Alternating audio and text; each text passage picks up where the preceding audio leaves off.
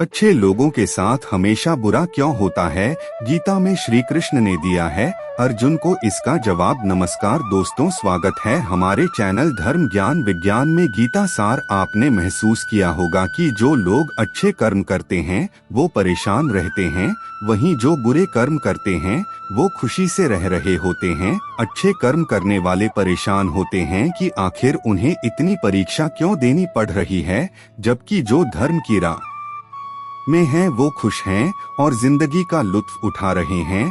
अगर आपके मन में भी यह सवाल आया है तो आज हम आपको इसका जवाब देंगे, लेकिन उससे पहले वीडियो को लाइक करके चैनल को सब्सक्राइब जरूर कर ले। यह जवाब वह है जो भागवत गीता में लिखा है और श्री कृष्ण ने अर्जुन को दिया था। भागवत गीता में वर्णित कथा के अनुसार जब भी अर्जुन के मन में कोई दुविधा होती थी तो वह श्री कृष्ण के पास पहुंच जाते थे। एक बार की बात है, अर्जुन भगवान श्री कृष्ण के समीप आकर कहा कि वो दुविधा में हैं और इसका जवाब वो श्री कृष्ण से चाहते हैं। श्री कृष्ण ने पूछा कि क्या सवाल है? अर्जुन ने कहा, मुझे ये जानना है कि अच्छे लोगों के साथ हमेशा बुरा ही क्यों होता है, वही बुरे लोग खुशहाल दिखते हैं। अर्जुन के मुंह से ऐसी बातें सुनकर श्री कृष्ण मुस्कुराए और कहा, मनुष्य जैसा सोचता है और महसूस करता है वैसा कुछ नहीं होता है, बल्कि अज्ञानता की वजह से वह सच्चाई नहीं समझ पाता है। अर्जुन उनकी यह बात समझ नहीं पाए। इसके बाद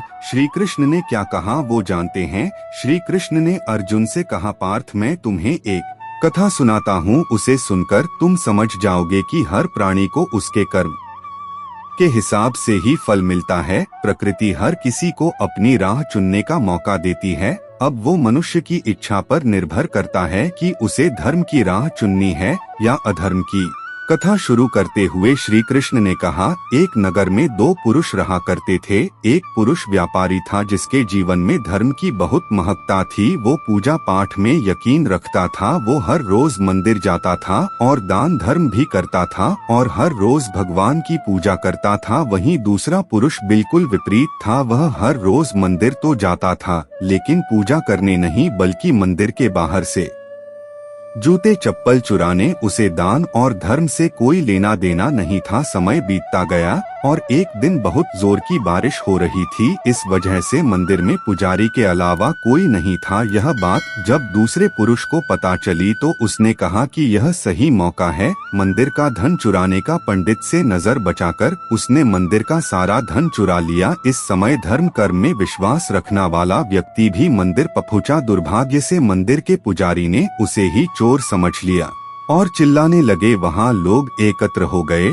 और उसे बहुत मारा। इसी तरह वो बचते बचते वहाँ से निकाला तो दुर्भाग्य ने उसका साथ वहाँ भी नहीं छोड़ मंदिर के बाहर वो एक गाड़ी से टकरा गया और घायल हो गया। फिर वो व्यापारी लंगड़ाते हुए घर जाने लगा तो रास्ते में उसकी मुलाकात उस पुरुष से हुई जिसने मंदिर से धन चुराया था। उसने कहा, आज तो मेरी किस्मत चमक गई, एक साथ इतना सर धन मिल गया। ये सब देखकर उसे बहुत बुरा लगा और उसने अपने घर से भगवान की सारी तस्वीर निकाल दी। कुछ सालों बाद दोनों पुरुषों की मृत्यु हो गई। मरने के बाद जब दोनों यमराज की सभा में पहुंचे और भले पुरुष ने दूसरे व्यक्ति को देखा तो उसे बहुत गुस्सा आया। उसने क्रोधित होकर यमराज से पूछ ही लिया, मैं तो हमेशा अच्छे कर्म करता था, दान में विश्वास रखता था, उसके बदले जीवन भर मुझे अपमान और दर्द ही मिला। और इस व्यक्ति को नोटों से भारी पतली, आखिर ऐसा भेदभाव क्यों? इस पर यमराज ने कहा, पुत्र तुम गलत समझ रहे हो। इस दिन तुम्हारी गाड़ी से टक्कर हुई थी, वो दिन तुम्हारे जीवन का आखिरी दिन था, परंतु तुम्हारे अच्छे कर्मों की वजह से तुम्हारी मौत सिर्फ एक छोटी सी चोट में बदल गई। तुम इस दुष्ट व्यक्ति के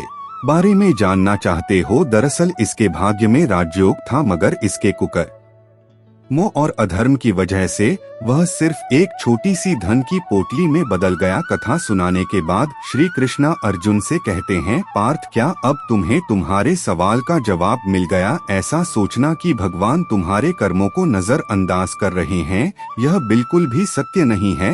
भगवान हमें कब क्या किस रूप में दे रहा है मनुष्य को समझ में नहीं आता है। अगर आप अच्छे कर्म करते रहे तो भगवान की कृपा हमेशा बनी रहती है। इसलिए अपने अच्छे कर्मों को बदलना नहीं चाहिए, क्योंकि उसका फल हमें इसी जीवन में मिलता है।